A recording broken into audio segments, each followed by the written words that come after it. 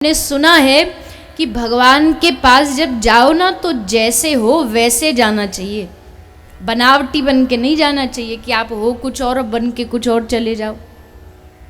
तो प्रभु देखो, आपने हमें कभी अपने से दूर नहीं किया और आज जब भगवान के दर्शन की बारी आई तो आप हमारा संग छोड़ के चल दिए, ये क्या बात हुई?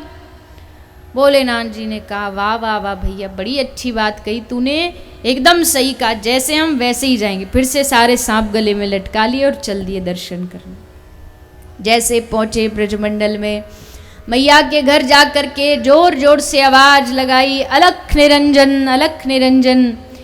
यशोदा मैया बड़ी प्रसन्न भई कि द्वार पर कोई साधु बाबा आया है।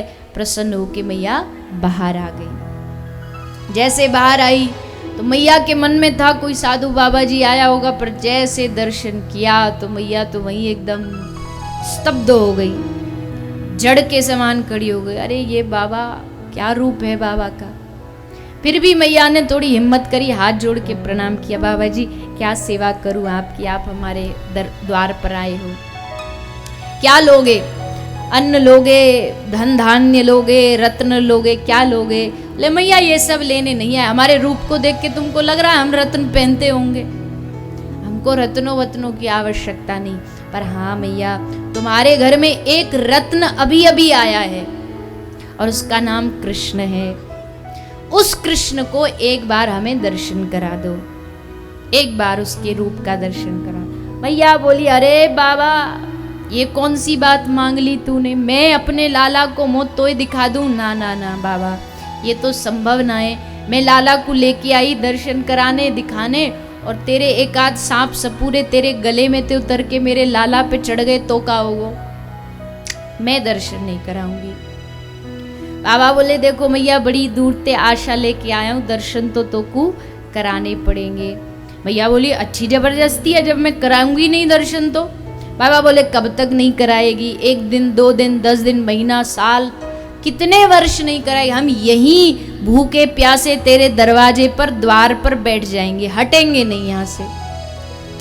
मैया बोली, बाबा तो पतो मेरे घर में सैकड़ों दरवाजे हैं, मैं कई भी दरवाजे अपने लाला को ले आऊंगी, पर जहाँ तू बैठो होगा वहां ते निकाल के नहीं लाऊंगी, दर्शन नहीं कराऊंगी।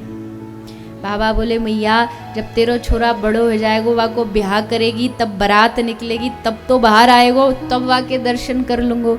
मैया बोली, अपने छोरा को ब्याह नहीं करा के क्वारो रख लूंगी, पर तोय दर्शन नहीं कराऊंगी। बाबा बोले, बड़ी जिद्दी मैया मिली है, ऐसे नहीं मानेगी। जब छोटे मोटे अधिकारी से काम ना चले तो फिर डायरेक्ट जो हाई कमान होती है उससे फिर अर्जी लगानी चाहिए। तो भोलेनाथ जी ने अपने आराध्य, अपने मित्र श्री ठाकुर जी से अर्जी लगाई, निवेदन किया कि हे प्रभु, आप कोई लीला करो, आप कुछ ऐसा स्वांग रचो जिससे मैया को हमको दर्शन कराने पड़े। तो भोलेनाथ जी से मिलने के लिए भगवान ने एक नाटक किया। क्या किया? क्या किया? कौन सा नाटक किया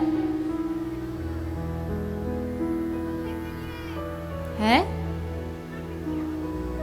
अच्छा, एक बालक को अपना जब काम मनवाना हो तो क्या करता है? क्या करता है? रोता है। उसे जो चाहिए, खिलौना चाहिए, उसको कपड़ा चाहिए, उसको गाड़ी चाहिए, उसके लिए रोता है। तो माँ बाप सोचते हैं अभी इसका ये तभी बंद होगा जब इसको इसका मनपसंद सामान दे दिया जाए। रोना बालक का अस्त्र है, उससे सब काम करा लेता है। तो ठाकुर जी ने भी आज भोलेनाथ जी से मिलने के लिए क्या किया? रोना शुरू किया। भगवान रोने लगे।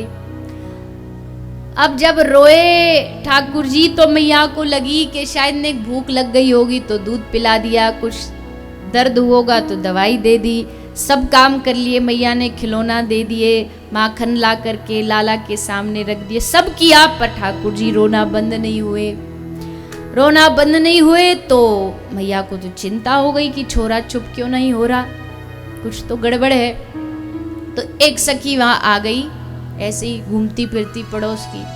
जब बालक ज़्यादा रोने लगे ना तो पड़ोस की जो महिला होती है वो बड़ी चतुर बनती है, कि तुमको तो बालक पालने ही नहीं आते, देखो कैसे रो रहा। फिर वो आके अच्छे अच्छे नए नए वो ट्रिक बताती है। एक बोली अरे मैया हमको पता है तेरा छोरा क्यों रो रहा। बोले क्यों रो रहा? बोले इस पे ना काई की नजर लग गई है, कोई गोपी ने आके नजर लगा दी है। मैया बोली अच्छा तो नजर कैसे उतरेगी? बोले वो नजर उतारने के लिए क्या करते हैं, कैसे उतारते हैं आपके यहाँ नजर, बताओ है? अरे भैया बता दो। नमक, मिर्ची, मिर्ची और राई, हाँ वो ही है, एक ही बात है। हम सब भारतीय एक है, प्रदेशी तो बदले पर सब कुछ है वही। भारतीय एक ऐसा देश है जहां आप सारे दुनिया के जो नज़र हैं, सारे दुनिया की सबसे बड़ी सिक्योरिटी कौन सी होती है? काला टीका। काला टीका लगा दो, मैया को लगता है चाहे छोरा एकदम काला हो, खुद पूरा काला टीका हो। अब ठाकुर जी भी तो ऐसे ही थे, पर यशोदा मैया रोज टीका लगाती है हमारे छोरा को नजर ना लग जाए। तो नजर उतारने के लिए मैया लाई, राई नोन लाई और लेके लाला की नजर उतार रही है। आय की, बलाय की, आड़ोसन की, पाड़ोसन की, भूतनी, पिशाचनी सब उतर जा। अब सब उतार दी। अब मैया को लगे अब चुप हो जाएगा, पर अब तो ठाकुर जी और ज्यादा रोने लगे। जैसे वो कहते हैं ना, अब राम जाने ये सच है नहीं, पर जितनी ज्यादा आग निकलती हो, हाँ नजर लगी है। अब भैया मिर्च जलाओगे तो आग तो निकलेगी, चाहे थोड़ी निकले चाहे ज्यादा निकले, पर प्रेम होता है, ये प्रेम की बातें हैं। इससे होना जाना तो क्या है, पर सिर्फ एक प्रेम है।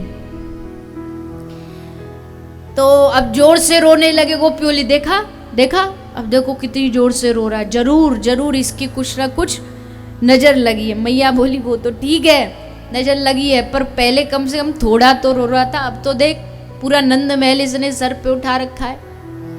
तू उपाय बताने आई थी, उल्टा ये तो और ज्यादा रो रहा है। गोपी बोली मैया अब एक और बात मेरे मन में सूझी है। कौन सी बात सूझी है? बोले मैया या को नजर भी नहीं लगी तो फिर कहाँ लगो है?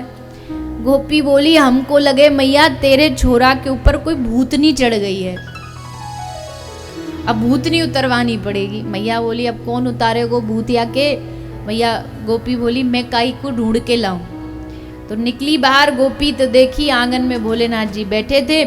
तो जैसे रूप को देखा तो देख के लगा हाँ बाबा कुछ तंत्र मंत्र कुछ जानता है। तो गोपी ने कहा अरे बाबा भूत उतारने आते क्या तुमको? हमारे लाला पे भूत चढ़ गए। अब भोलेनाथ जी तुरंत समझ गए कि हमारे मित्र ने नाटक शुरू कर दिया, तो तुम भी शुरू हो जाओ। भोलेनाथ जी बोले अरे वाह वाह वाह गोपी बड़ी अच्छी जगह आई है तू, भूत उतारने की बात करती। अरे हमारा तो नाम ही भूतनाथ है, हमने तो बड़े बड़ों के भूत उतारे। ला अपने छोरा को देख, अभी एक चुटकी बजाएंगे और तुरंत सारे भूत उतर जाएंगे। तो भाग के गोपी गई, यशोदा मैया को मनाया समझाया, और यशोदा मैया लाला को अपनी गोद में लेकर के आ गई। जैसे भोलेनाथ जी के नजदीक यशोदा मैया बढ़ती जा रही हैं, देखते देखते जैसे नजर से नजर मिली भोलेनाथ जी की लाला से, लाला की भोलेनाथ जी से, देखते ही भगवान श्री कृष्ण एकदम शांत हो गए, रोना बंद कर दिया और बड़ी जोर से हंसने लगे। तो मैया प्रसन्न हो गई, हाँ बाबा तो कोई जानकार बाबा है, देखो दूर से ही चुप कर दिया। खुश हो गई मैया, नजदीक पहुंच गई। भोलेनाथ जी ने लाला का दर्शन किया। अब दर्शन करते करते यशोदा मैया बोली बाबा ये बताओ, ये भूत प्रेत तो आपने उतार दिए, पर ये बताओ भविष्य देखना आता है क्या आपको? मैयाओं का स्वभाव होता है, माताओं का, एक ही काम में सारे काम कर लेती हैं।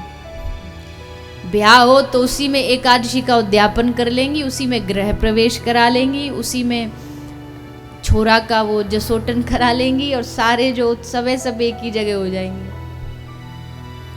एक तीर से 100 निशान। तो मैया बोली बाबा तुमको हाथ देखना भविष्य देखना आता है? बोले हाँ बिल्कुल आता है। किसका देखना? बोले लाला का देखना है। भोलेनाथ जी ने हाथ पकड़ के देखा, मैया तेरा छोरा बहुत बड़ा आदमी बनेगा, इसके खूब नौकर चाकर दास दासियां होंगे, और मैया इसकी सोने की नगरी होगी, सोने का महल होगा। मैया बोली अरे बाबा कोई काम की बात बता रहे हो तो बता। बाबा बोले कौन से काम की बात जाननी है मैया तो को? बोले ये बताया को ब्याह कब होगो? मैया बाबा बोले हद है मैया, 4 दिन को तेरो छोरा है तो को अभी ते ब्याह की लग रही है। घर में लाली हो जाए ना, लड़की हो जाए तो मैया उसके जन्म से ही कटोरी चम्मच जमा करना शुरू कर देती है कि इसके ब्याह में दहेज में काम आएंगे, तब तैयारी चालू हो जाती है। तो मैया बोली ना ना बाबा बता दे, क्योंकि अब देखो कालो कलूटो सो है पतो ना, या को बहू मिलेगी कि नहीं मिलेगी, या के हाथ में ब्याह की रेखा है कि नहीं है, एक बार देख के तो बताओ। तो बाबा हंस के बोले मैया या के हाथ में इतनी लंबी ब्याह की रेखा है कि इतनी छोड़ो यहाँ तक भी नहीं आ रही। क्यों? 16,108 ब्याह होंगे तेरे छोरा के। अब जैसे यशोदा मैया ने सुनी तो मैया तो एकदम सीरियस हो गई, गंभीर हो गई। बाबा ने पूछा क्या हुआ मैया, क्या सोच रही है? बोले बाबा मैं सोच रही हूँ कोई उत्सव में, कोई होली दिवाली, अगर ये 16,000 एक साथ मेरे पैर छूने आ गई तो ये सोच रही हूँ मेरी हालत क्या होगी। 16,108। तो मैया हंसने लगी, अरे बाबा तू मोकू अनपढ़ गवार समझ के कछु भी मजाक करो। अब मैया को यकीन नहीं है इस बात पे कि 16,000 ब्याह इसके हो जाएंगे। मैया ने उस बात को ऐसे ही विनोद में टाल दिया। तो भोलेनाथ जी ने लाला का दर्शन किया, लाला की परिक्रमा की, यशोदा मैया की परिक्रमा की, और दर्शन करके प्रणाम करके श्री ठाकुर जी वहाँ से, भोलेनाथ जी वहाँ से प्रस्थान करते हैं। इस प्रकार भोलेनाथ जी का ये मिलन का सुंदर प्रसंग सुखदेव जी ने श्रवण कराया।